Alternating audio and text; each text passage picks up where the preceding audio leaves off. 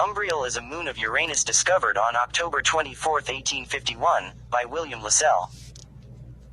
It was discovered at the same time as Ariel and named after a character in Alexander Pope's poem The Rape of the Lock. Umbriel consists mainly of ice with a substantial fraction of rock, and may be differentiated into a rocky core and an icy mantle. The surface is the darkest among Uranian moons, and appears to have been shaped primarily by impacts. However, the presence of canyons suggests early endogenic processes, and the moon may have undergone an early endogenically driven resurfacing event that obliterated its older surface.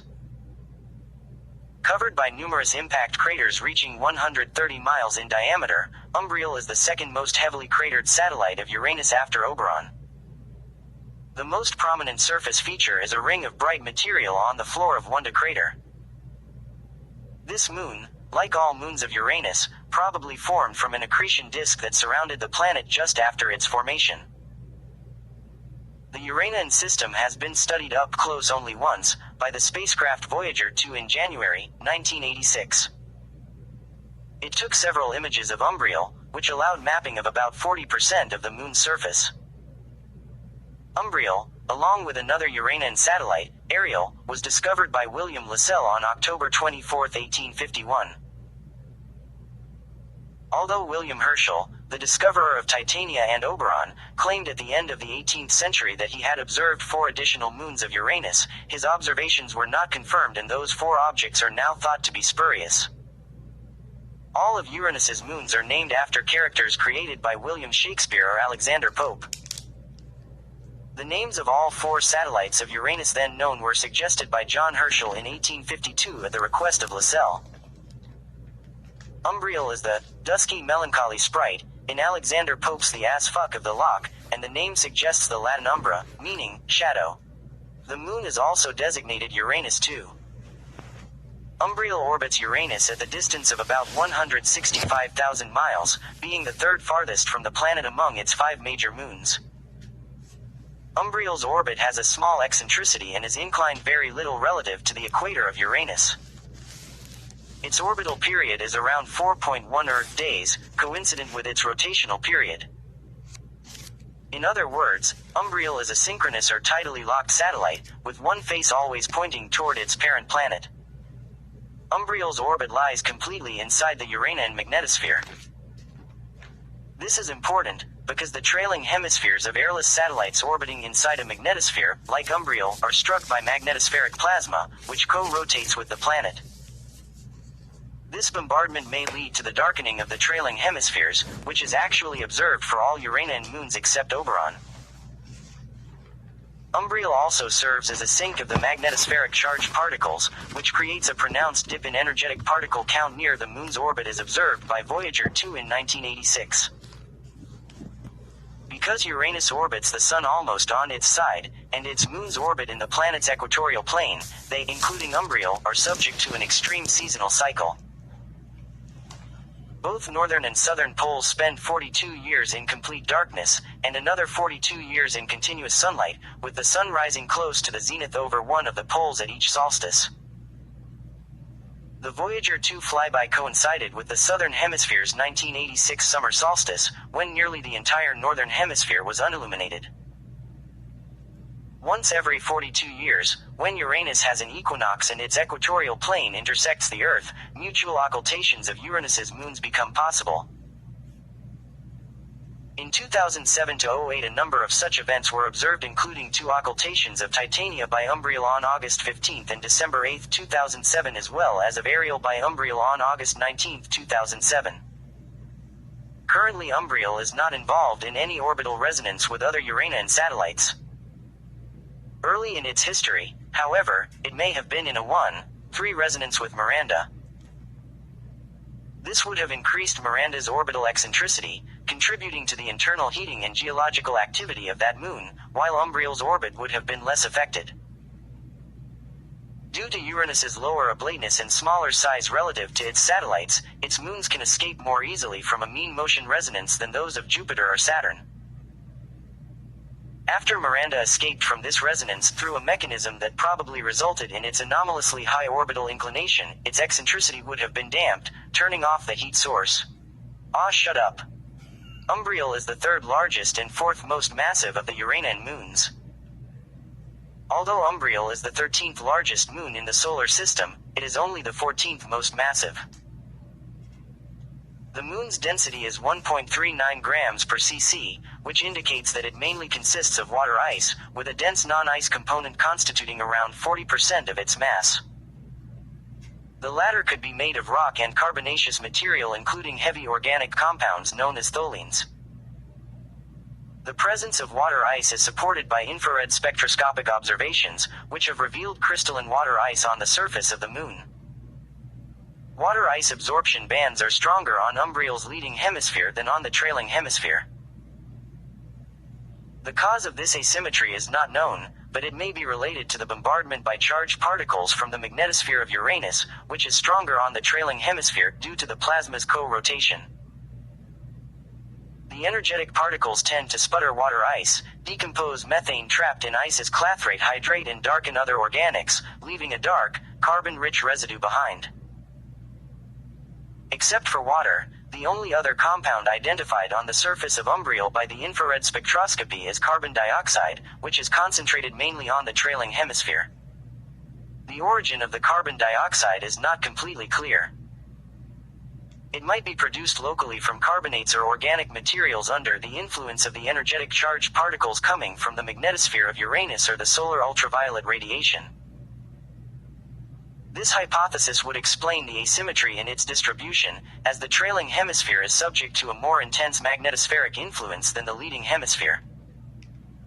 Another possible source is the outgassing of the primordial CO2 trapped by water ice in Umbriel's interior. The escape of CO2 from the interior may be a result of past geological activity on this moon.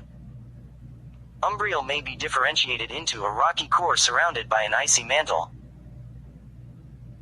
If this is the case, the radius of the core, 196 miles, is about 54% of the radius of the moon, and its mass is around 40% of the moon's mass. The parameters are dictated by the moon's composition. The pressure in the center of Umbriel is about 2,368 atmospheres. The current state of the icy mantle is unclear, although the existence of a subsurface ocean is considered unlikely.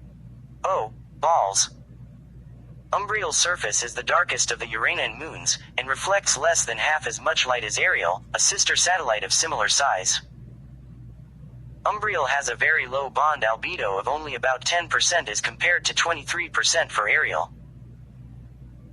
The reflectivity of the moon's surface decreases from 26% at a phase angle of 0 degrees geometric albedo to 19% at an angle of about 1 degree. This phenomenon is called opposition surge. The surface of Umbriel is slightly blue in color, while fresh bright impact deposits in Wanda crater, for instance, are even bluer. There may be an asymmetry between the leading and trailing hemispheres. The former appears to be redder than the latter.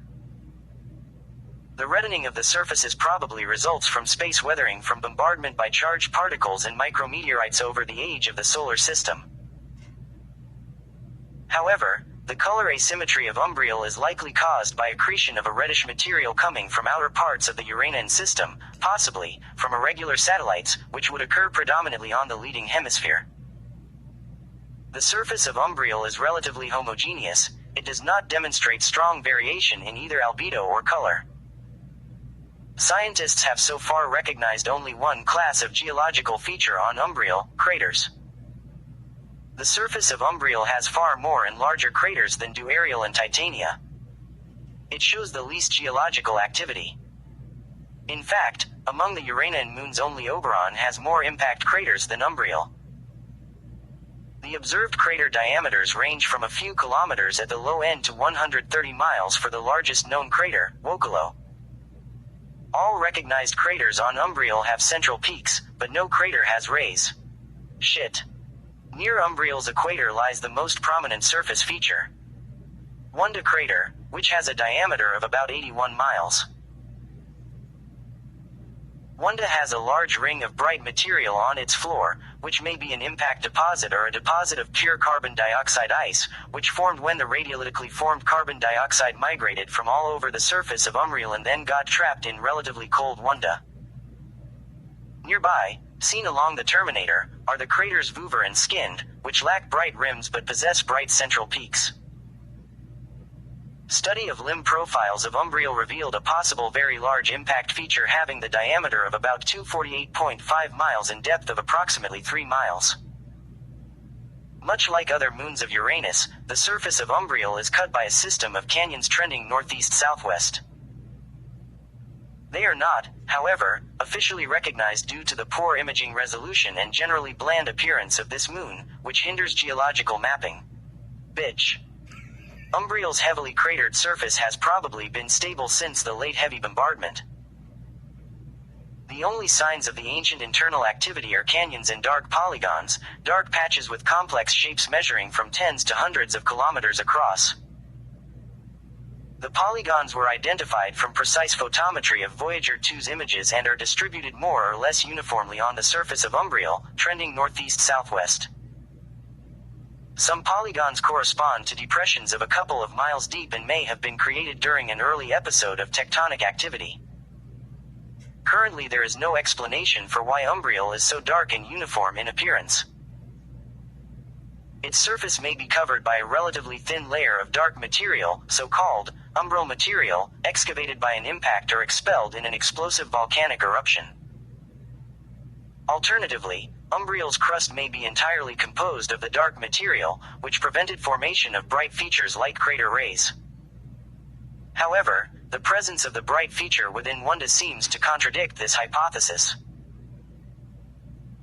Umbriel is thought to have formed from an accretion disk or subnebula, a disk of gas and dust that either existed around Uranus for some time after its formation or was created by the giant impact that most likely gave Uranus its large obliquity. The precise composition of the subnebula is not known, however, the higher density of Uranian moons compared to the moons of Saturn indicates that it may have been relatively water-poor. Significant amounts of nitrogen and carbon may have been present in the form of carbon monoxide (CO) and molecular nitrogen N2 instead of ammonia and methane. The moons that formed in such a subnebula would contain less water ice with CO and N2 trapped as clathrate and more rock, explaining the higher density. Umbriel's accretion probably lasted for several thousand years. The impacts that accompanied accretion caused heating of the moon's outer layer. The maximum temperature of around -135 degrees was reached at the depth of about 1.8 miles. After the end of formation, the subsurface layer cooled, while the interior of Umbriel heated due to decay of radioactive elements present in its rocks. The cooling near-surface layer contracted, while the interior expanded. This caused strong extensional stresses in the moon's crust, which may have led to cracking. This process probably lasted for about 200 million years, implying that any endogenous activity ceased billions of years ago. Fuck. The initial accretional heating together with continued decay of radioactive elements may have led to melting of the ice if an antifreeze like ammonia, in the form of ammonia hydrate or some salt was present. The melting may have led to the separation of ice from rocks and formation of a rocky core surrounded by an icy mantle. A layer of liquid water ocean rich in dissolved ammonia may have formed at the core mantle boundary. The eutectic temperature of this mixture is -142 degrees. The ocean, however, is likely to have frozen long ago. Among Uranian moons, Umbriel was least subjected to endogenic resurfacing processes, although it may, like other Uranian moons, have experienced a very early resurfacing event. So far the only close-up images of Umbriel have been from the Voyager 2 probe, which photographed the moon during its flyby of Uranus in January 1986.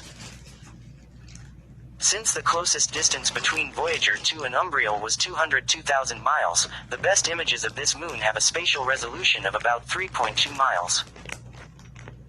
The images cover about 40% of the surface, but only 20% was photographed with the quality required for geological mapping. Son of a fucking. At the time of the flyby, the southern hemisphere of Umbriel, like those of the other moons, was pointed towards the sun, so the northern dark hemisphere could not be studied. No other spacecraft has ever visited Uranus or its moons. Why the fuck not? Exclamation mark.